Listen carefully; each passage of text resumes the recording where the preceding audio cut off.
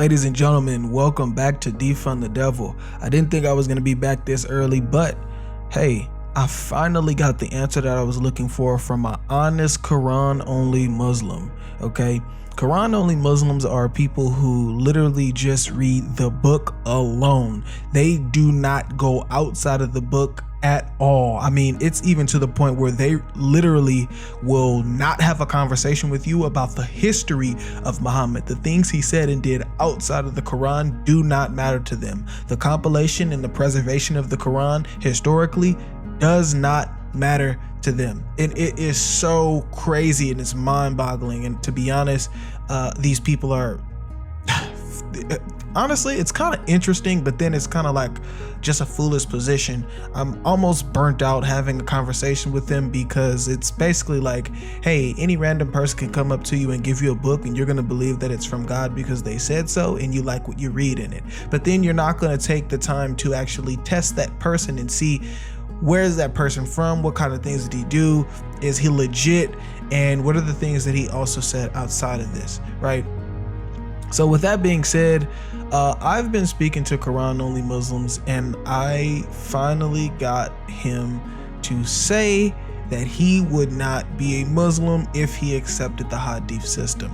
Why is this important? Because majority of the time, Quran-only Muslims, they like to lie. They like to act as if they don't have a problem with the hadith system.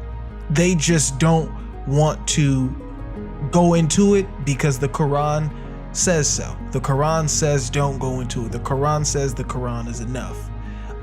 And because you have the Sunnah and you have Shias who follow things outside of the Quran, which is attributed to Muhammad, Quran only Muslims have a problem with that. So let's get into the video. I'm going to play the conversation that I had with a Quran only Muslim and you will see how it ended. The Sunnah is the statements and actions of the Prophet, which took place at a point in time in history. And I'm asking Quran-only Muslims, why do they reject that? What is in there that is making them reject all of the things that these people are saying that this guy has done and said? It doesn't make any sense if you follow this guy. You took the book that he brought to you. Allah brought it, I get that. I'm saying, but you know, through his words and things like that. But what I'm saying is what in the world is making you reject this? Okay, what is making us rejecting it is they lie on the Prophet, making the Prophet adding stuff that Allah never told him to do.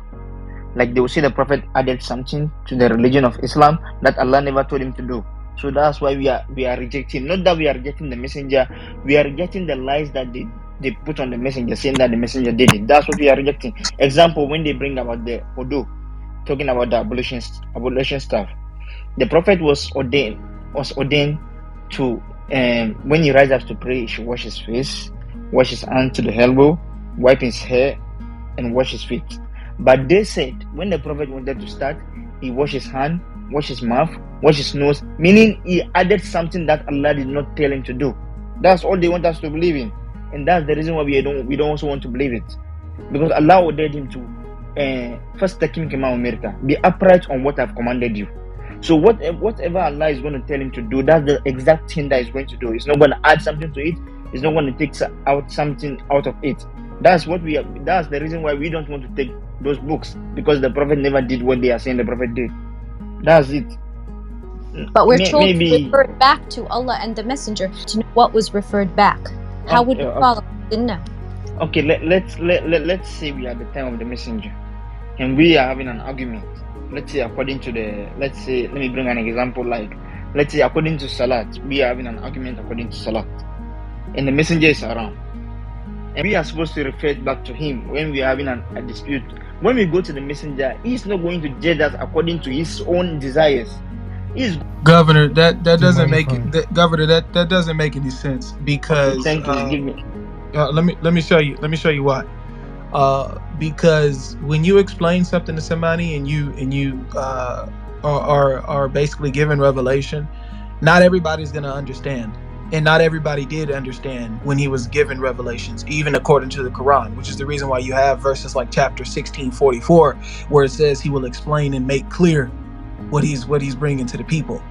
right? Would you like me to? I'm gonna read. I'm gonna just read it. I know the verse you're talking of. I know the verse. Yeah. So I'm gonna read it. So we sent them with clear proofs and divine books, and we have sent down to you, O prophet, the reminder, so that you may explain to the people what. So you may explain to people what has been revealed for them, and perhaps they will reflect. Now, everybody knows, we're all grown here. We know that when you explain something to somebody, you don't just reread it. So if I read you a sentence and you say, well, what does that mean? What's going on here? Why are you saying this? I'm not going to reread the sentence. I'm going to explain to you what the sentence means, and then maybe later on, then I'll reread it so you can get a better understanding. But for the most part, when you explain something to somebody, you don't just say the same thing over and over again. You elaborate. And that's exactly what he did. And I mean, you'd have to be, foolish to believe that he was literally just reciting these verses and then that's it. And when people had questions, he just literally recited it again. That's not going to make somebody understand it. And so when you go to, I'm going to add on to this, and it's not moving, it's not taking us anywhere else, but I'm going to add onto this. Chapter 58, verse 12 in the Quran. So when you go to chapter 58, verse 12 in the Quran, you'll see that these people are having private consultations with Muhammad. These people are having they're wanting to ask him things, right? So it says, "O believers, when you consult the messenger privately, give something in charity before your consultation."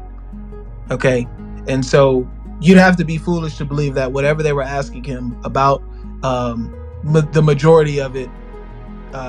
You'd have to be foolish to believe that they weren't talking to him about the things that he was revealing and things that had to do with the religion, in which this is where you would get these statements outside of the Quran from, because as we know, if you believe he existed, this man spoke, he used his mouth, he talked, he did things. And so this is the reason why I critiqued Gulid in the way that I did, because I don't understand why these, you Quran only Muslims are playing hide and seek with your religion. Just be honest, bro. Just be honest. You don't like what's being said in the history. I heard what you said too. You said that, but dude, bro, just be honest. You don't need to hide and duck under the covers from it, bro. Just address it and try to figure it out, but don't outright reject all history, bro. I don't know why we are using those words. You can talk normally. We're not using someone you be foolish to think of this or all this. No. What did I foolish? No, yeah, but that's not a disrespectful word. Foolish. Okay, it's not a disrespectful word. No worries. No worries.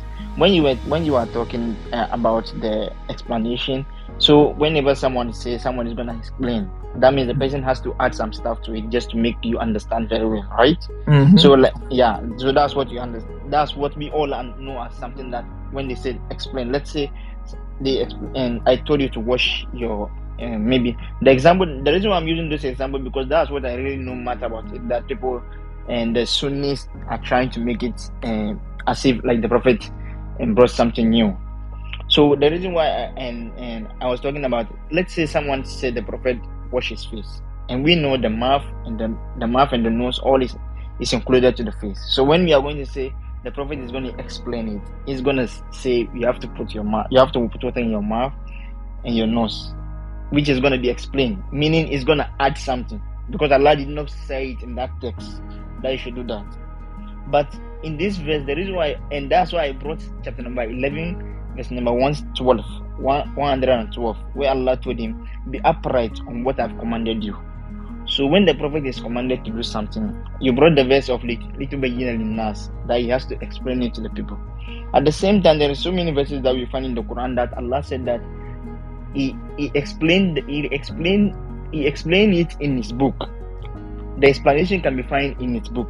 So when Allah said, he said exactly what he wanted the Prophet to do. That's what he has to do. When people say something else that the Prophet did, we are not supposed to agree with that. That's the difference. And you were talking about so many verses that he has to explain it. If he has to explain it, that means he has to add. We have so many verses that Allah. I never said that. I never said him explaining it. He has to add. But when you say explaining, meaning he has to expand it. Meaning he has to add something to that explanation so that someone will understand, right? That's what explanation all is. You have to add something to it. Even when but that doesn't mean he necessarily added to the verse. That just means he explained it. Okay, So if okay, he's hold on. explaining, so if I bring this you, example back. so I'm gonna bring wait, this wait, example. one second. Let me add this. For example, right? You guys go to the minor stuff. I'm major with it, bro. I don't do the little stuff, right? Because they're Muslims, so they're just gonna ask you the questions, within the Islamic, circle, right? Because I understand they're that. not gonna ask you the questions that I'm gonna ask you. I'm asking you this because look, I actually agree, bro. I actually do agree. I do feel some type of way about quote unquote revelation being outside of the Quran. You do have statements that they claim he made outside of the Quran, which weren't revelation. I've had a conversation about that before too, right? But we can dissect that with Sunnis. Right now, at this point, what you're doing is literally rejecting every single thing that's being said outside of your book, which is foolish. Because at the end of the day, these things were being said and being explained for a specific reason, because these verses were revealed for a specific reason at a specific point in time to a specific person, right? And so some of these verses have history and backstories to them in which no one knew anything about what he was talking about. This is just the understanding of the Quran, right? Muhammad didn't know anything about it. He couldn't read or write. He was just receiving verses. How can a person like this know about this stuff? Okay, cool. Well, when people asked him, if Muhammad didn't really know about the things that he was revealing, then how could the people that are listening to it know about what he was revealing? So when they ask him these questions, he has to elaborate and say, well, I'm revealing this verse because of this. This verse came to me because of this. What does this verse mean? This verse means this, this, and that. That's the only logical way that anyone can understand, because this is just how explaining and making things clear work, in which in 1644, that's what they claim he did. In 459, that's exactly what Allah tells you to do. Refer it back to him, right? And so this is where you get these statements from. But ultimately, Quran only Muslims are ashamed of what they find in the hadith system, so they just turn a blind eye to it all and act like the Sunni Muslims are doing something wrong for following it. And so that's the problem that I'm having. So when you're talking to me, just know I'm not worried about the prayer and how many extra prayers and all that, bro. I can care less about that. I'm more so worried about you turning a blind eye to things that is wrong, right? You've seen a bunch of things in the hadith system, and a bunch of Quran only Muslims have seen a bunch of things that they don't like in the hadith system that people claim Muhammad said and did. But instead of saying, dang, I don't know if I'd follow a person that do that, you're gonna say, I think that they're lying about saying that he did that. And what you're going to do is say, no, I every single person that had anything to do with the historical recording of Muhammad, I'm just going to say that they're lying. That literally makes no sense, bro. Like no historian would look at you serious by saying that. Because I saw a few things in here I didn't like. I'm going to reject all of the history of the people that recorded this about this man. That's my point, bro. So understand what I'm trying to get you to do. You're 1 foot in and 1 foot out of your religion by accepting the Quran and throwing away the history of the man that brought it to you, simply because you're ashamed of what they said he said and did. That's on you. I'll be honest with you. If I'm to accept the histories about Islam and how everything, and to accept everything, I'm not gonna be a Muslim, to be honest with you. Thank if you. I was to accept That's the point. That's the point that I was trying to make. So there we go. Now you're honest, bro. If I'm to accept it, if I'm to accept it, now you're honest. To be honest with you. All right. As you see, he finally admitted it. This is what I've been waiting for a while. Out of all these conversations, it finally popped up. So as you guys can see, this 1 foot in, 1 foot out mentality is foolish. Just crazy. If you're not going to respect the history that has been recorded about your prophet, you might as well just throw the book away. And that's all I got to say. This video has been long enough. Thank you guys. Peace.